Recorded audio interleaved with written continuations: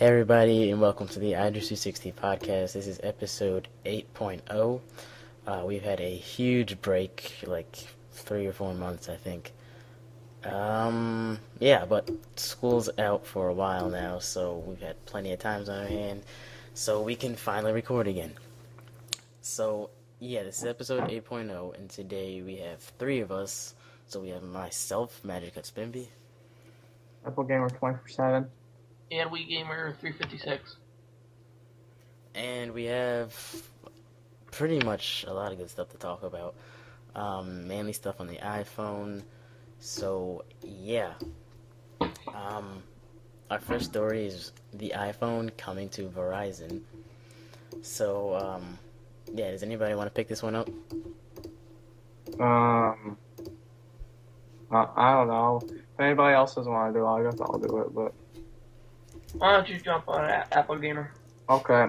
The iPhone coming to Verizon, it's supposed to be confirmed, but technically it really isn't. It's just a way for Verizon to get the iPhone, because if Verizon got the iPhone, everybody would jump over to Verizon because AT&T's coverage sucks pretty much everywhere. So yeah, I don't see the reason why Verizon needs the iPhone when they got the Droid X. I think they're getting the Evil 4G when their network is 4G. And they got a few Droid Incredible phones. They got some nice Android phones. So why can't AT&T have the iPhone operating system when Verizon has Android? Yeah, that's a good point. I think, I don't remember where I heard this, but it was like a couple of days ago. I heard that Verizon, like, they were going to go full on with the Droid. They were going to back it up and everything. So I don't understand. If they were going full on with the Droid, why would they need the iPhone? Shouldn't they just, like, put everything they have into the Droid? Since it isn't really spectacular. Yeah, and then I saw that on I think on Mac Rumors that they just that Apple ordered 1 million CDMA SIM cards. But why would they, when they are trying to figure out the solution with the internet problem on the current iPhone on AT&T? Well, I don't understand that. Yeah, I agree.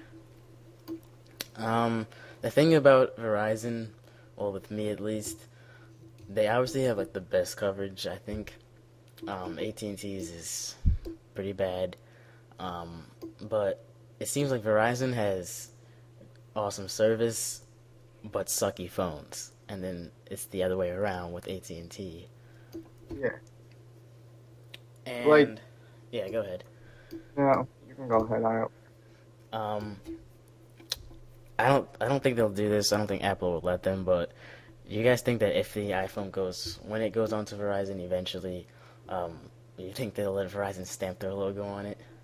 No, the Apple would not let Verizon stamp a logo. And even if Verizon wanted to stamp a logo on the back of the iPhone, they would cut the deal right there, because the agreement with AT&T is that AT&T is not allowed to brand the phone besides on the back of the box. Yeah. What do you say? What do you think about it, Nick? Well, I definitely think that AT&T should definitely keep the iPhone, and Verizon should just not, since the iPhone originally just started out with AT&T, and they probably shouldn't change the idea, because technically if Verizon got it, then they could send it over to Sprint and all the other companies, and it eventually be to every company, and it would probably not sell as well. So their best off is just staying with AT&T, and that's all I think, really, so far on it. You don't think it'll sell as well? If it goes to every company, because a lot of people have switched to AT&T already just to get the iPhone. I mean, from the last, 7 years, everyone's almost on for AT&T now. If they send it back to Sprint and everyone will probably... They might move back, but they might not. So it's a 50-50 chance they're going to be battling with. See, I think if the iPhone went to Verizon, you would have corruption because the way Verizon advertises their phones, I mean, Oh my get gosh, I this know phone exactly what you mean. 190, get this phone for $20, but you gotta buy this freaking data plan that costs like $70 a month. See, I like what AT&T does. Of course they dropped the price, and I know everybody's bitching about that, but they dropped the price from $30 to $25, but 2 GB. So Verizon, you can get, I think, unlimited for like $60 a month compared to 25, which I'm paying now for 2 GB. Yeah. Is that the entire data thing, like how AT&T is moving from unlimited? Yeah, that's the data. Um, but yeah, the Verizon's advertising to me is just, I don't know if It's it's, very piss poor. yeah. They show like the same thing over and over again, like how they have better coverage than AT&T. It's like, okay, we get it. We've seen that map like 50 times now. Yeah, and then people are gonna go, and then I know when the iPad came out, people are actually going to buy those Verizon mobile router doohickeys Oh to yeah. to just use Verizon's coverage. If they want the iPhone, they want Verizon's coverage so bad. Cancel the data plan on your iPhone. Go buy a Verizon mobile Wi-Fi thing and use Skype or some other thing to make calls. Simple as enough. Simple as it is.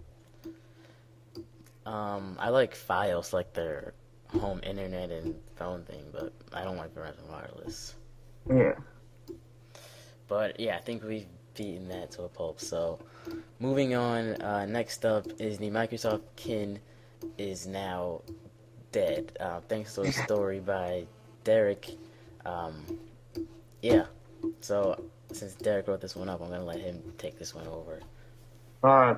The Kin was a phone that Microsoft has been. No, it was the code name for it was Pink. It was supposed to be a smartphone more geared towards It was like a smartphone geared towards everybody, not attacking the iPhone, but like a phone that everybody could use. It's more like for the people that use social networks like Twitter, Facebook, and a bunch of other ones. Um, the phones were originally pretty cheap. I remember they were like $100, but you have to pay $25 at mail and rebate. After that, they came with like Facebook built in, Twitter built in, and I think a few other ones. But I think what led it to its death is the lack of third-party apps.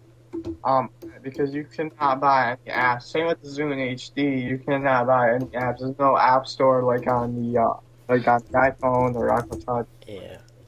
But Microsoft needs to, if they're gonna win with this new Windows 7 series phone, they're gonna have to have some apps and stuff because phone quality and interface are nice, but the main thing that the Droid and the iPhone and the Evo 50 are gonna are that are like buying them is the apps.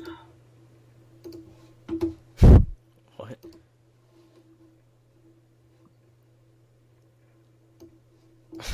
What just happened? I don't know.